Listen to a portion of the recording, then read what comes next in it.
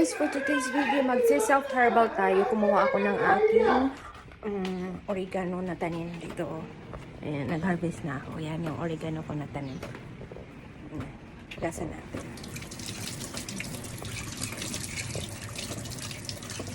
Tapos guys, ilalaog natin.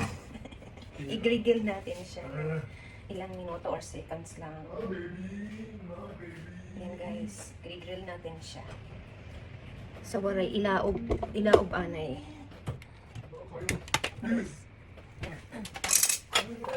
So, may mayalibiin natin yan. Ay, nalaog na. Nagulib na. Init. Mainit.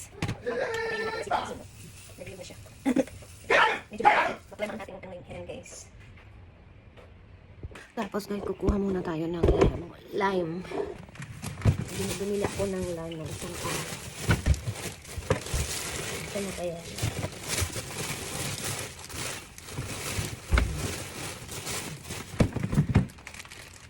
Ano natin ng tatlong lime lang.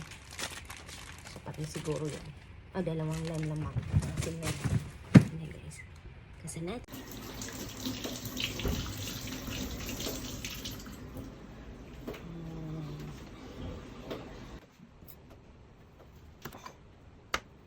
Okay. Matarong. Dito natin digdig yung ating halap. Wala kang digdigan, gagamitin natin ito ng chili. Yan siya, nagkaroon na siya, juicy na siya.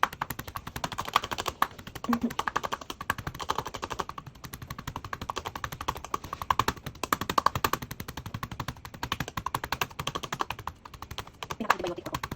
Ayos ang buko. Di ko alam kung anong magiging resulta nito kasi sa mga tayo ko. Paano ko sana.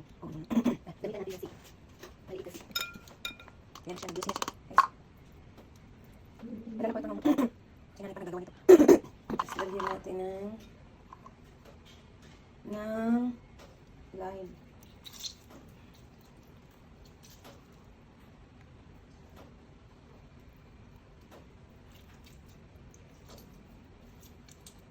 Kasi high-tech na tayo, gumamit tayo ng sip. Dati walang sip-sip yung pinatanggal lang yung ano. Yan na yung gamot natin. Gamot natin. Herbal natin. Bibigyan ko din yung alaga ko mamaya. Ako muna. Isang kutsara. Ito yung antibiotic ko. Bukas ulit. Yan guys.